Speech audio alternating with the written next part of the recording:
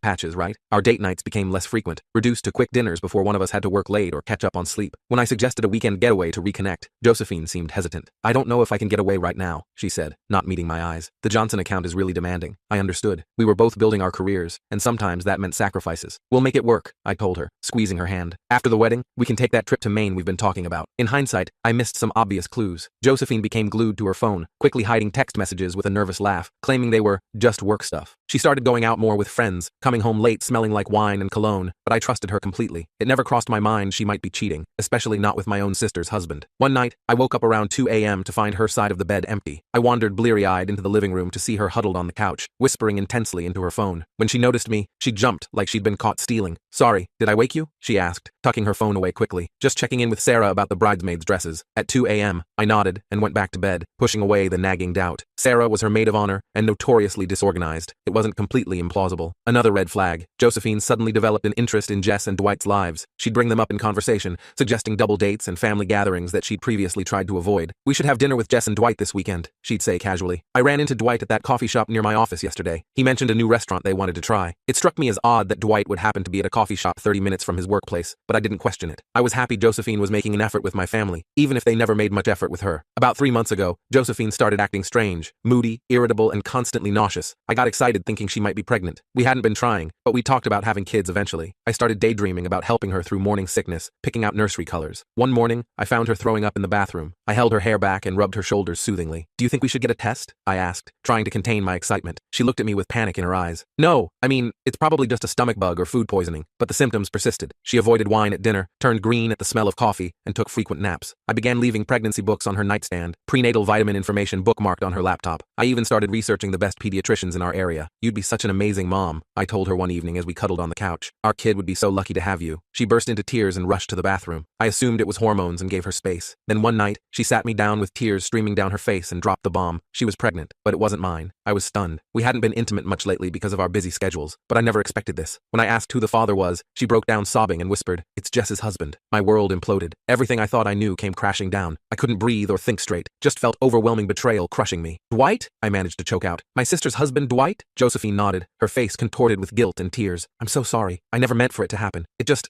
did." "How long?" My voice sounded alien to my own ears. Flat, empty. 3 months, she admitted, staring at the floor. "It started at your parents' anniversary party." I remembered that party vividly. My parents' 40th anniversary, a lavish event they'd spent months planning. Josephine had looked stunning in a blue dress, and I'd been so proud to have her by my side. I recalled how she'd disappeared for nearly an hour, claiming she needed fresh air because the room was too warm. Dwight had been absent around the same time. I thought nothing of it. Josephine tried explaining between sobs. "Apparently, it started at our engagement party. Jess's husband